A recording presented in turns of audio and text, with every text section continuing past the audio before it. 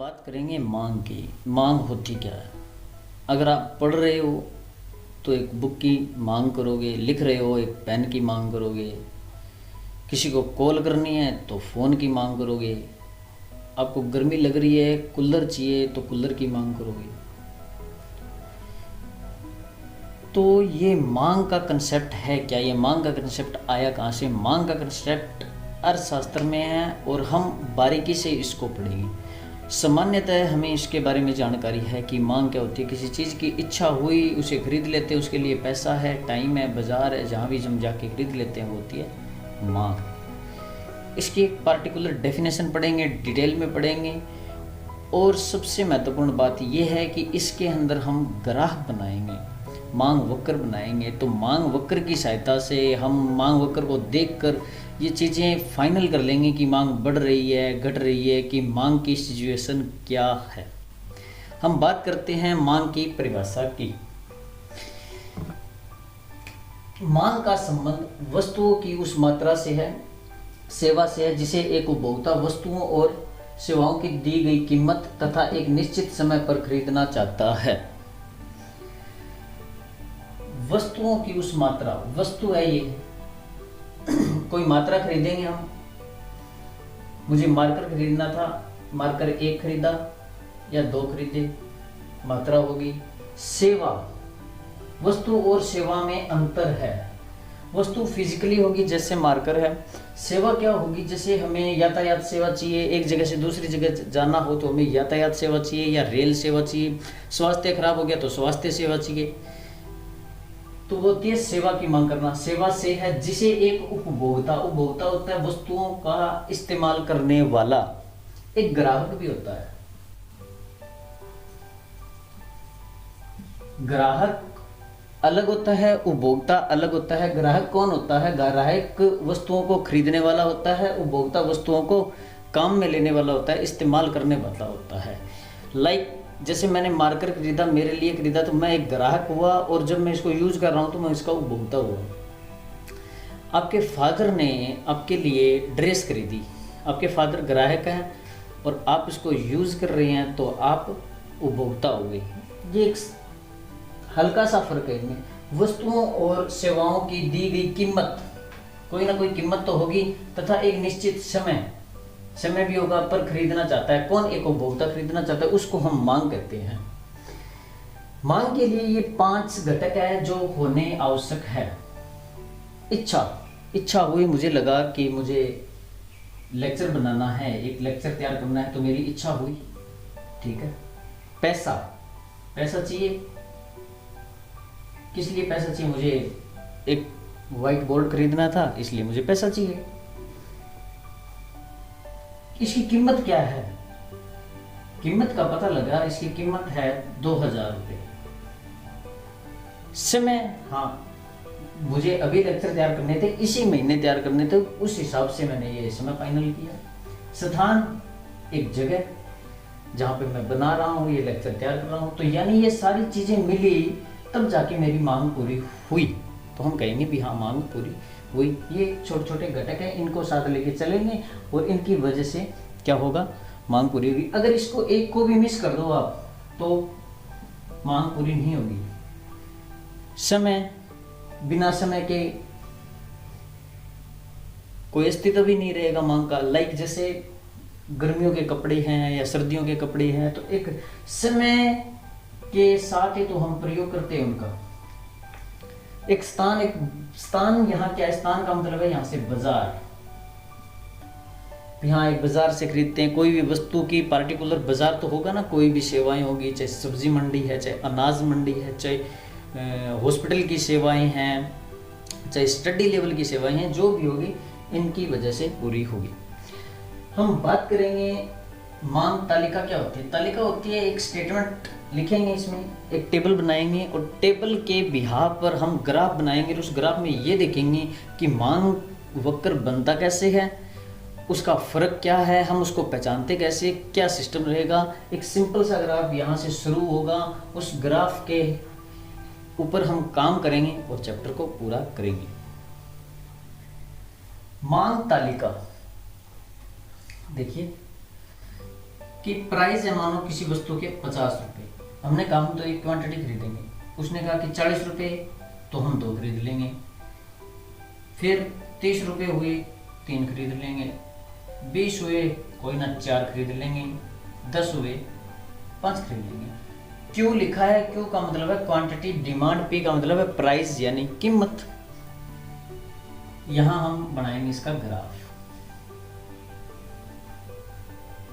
ये y axis होता है, ये x एक्सिस होता है। यहाँ 0 लिखेंगे, यहाँ प्राइस लिखेंगे, यहाँ क्वांटिटी डिमांड लिखेंगे।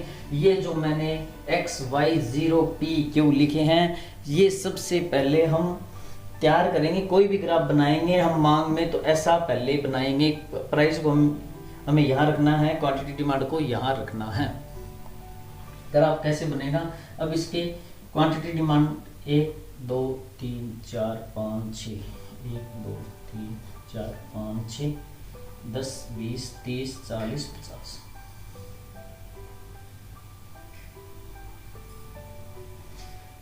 अब इसको प्लॉट करेंगे, इसमें फिट करेंगे। 50 प्राइस 50 है यानी ये है, तो क्वांटिटी डिमांड 1 है यानी ये है, तो मैं यहाँ पॉइंट लगा दूंगा 1। 40 है तो 2 है,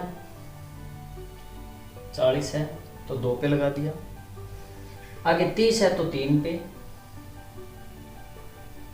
20 है तो 4 पे, देखो 20 यहाँ भी 4 है, 10 है तो 5 पे,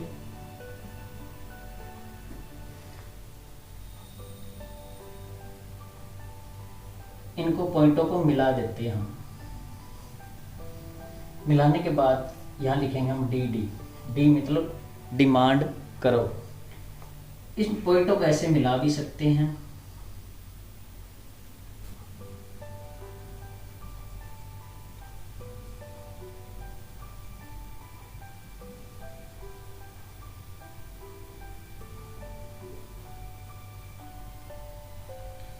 मिलाने के बाद हमारा ये डिमांड करो तैयार हो गया।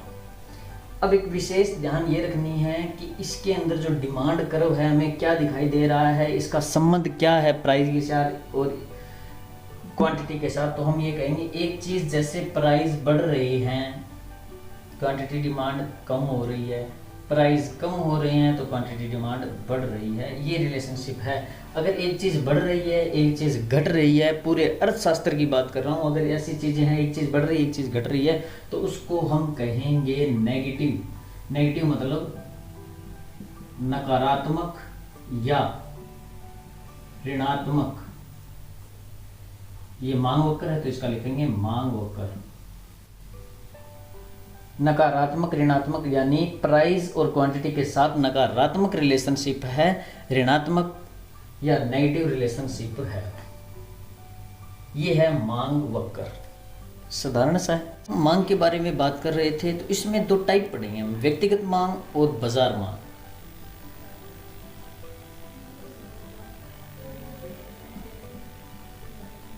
व्यक्तिगत मांग और दूसरा है यहाँ बाजार मांग।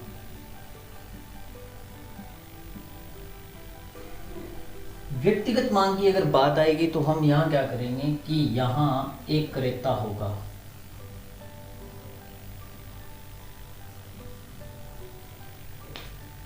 और यहाँ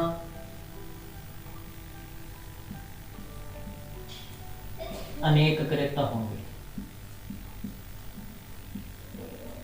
या सभी क्रेता आ जाएंगे। क्यों?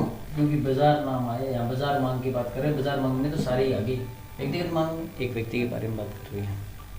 जैसे हमने पीछे ग्राफ बनाया, प्राइस क्वांटिटी 50 40 30 20 10 1 2 3 4 5, इसको हमने इस तरीके से प्लॉट किया ग्राफ में।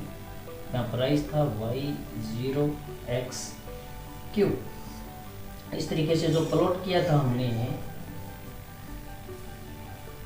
एक व्यक्ति के बारे में मान के चलते हैं, ये है ए ने खरीदी ऐसी ऐसी क्वांटिटी, ठीक है। फिर ए ने खरीदी तो इसका मांग वक्र है, व्यक्तिगत तौर से मांग वक्र बन गया। लेकिन यहाँ देखो संबंध क्या है, यहाँ भी नकारात्मक संबंध है। क्यों? प्राइस कम हो रहे हैं, क्वांटिटी डिमांड बढ़ रही है, तो नकारात्मक रिलेशनशिप हुए, या इसको ऋणात्मक बोल सकते हैं, नेगेटिव बोल। बात करेंगे हम बाजार मांग में। बाजार मांग में अनेक क्रेता होंगे, ए है, बी है, सी है।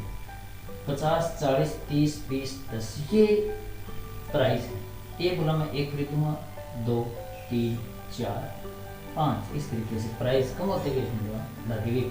या इसमें 2 से शुरू किया, 2, 3, 4, 5, 6, इसमें 3 से शुरू किया, 3, 4, 5, 6, 7। इनको टोटल कर देंगे हम, ए बी सी को जैसे ही जोड़ेंगे तो क्या आ जाएगा, ये आ जाएगा बाजार मांग। इनको टोटल कर देंगे,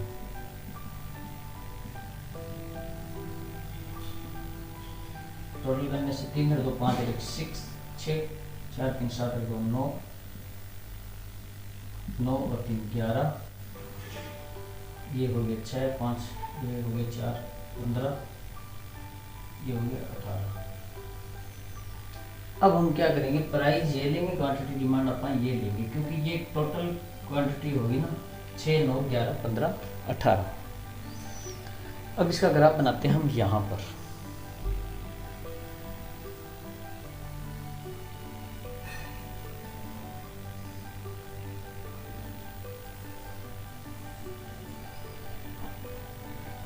ये प्राइस लेना है, क्वांटिटी डिमांड लेनी है, एक्स है, 0 है, वाई एक्सिस है, 10 20 30 40 50।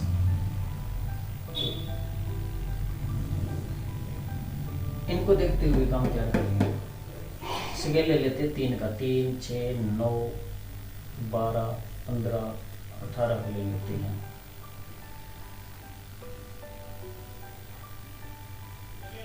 बारह है यहाँ। अब हम बात करेंगे 50 पे 6 पॉइंट लगाओ, 40 पे 9, 40 पे 9 है यहाँ लो, 30 पे 12 है, 30 पर 12 यहाँ लो, 20 पे 15 है, 20 पर 15 यहाँ लो, 10 पे 18 है यहाँ लो। ये पॉइंटों को मिला सकते हैं हम, 6 पे है, 9 पे है, 12 पे है, 15 पे है, इस तरीके से। और इन कॉर्नर को ऐसे ऐसे हम मिला सकते हैं। डी फॉर डिमांड करो, ये किसका है, बाजार का। व्यक्तिगत मांग हमने पहले देखा था, सिंपल है।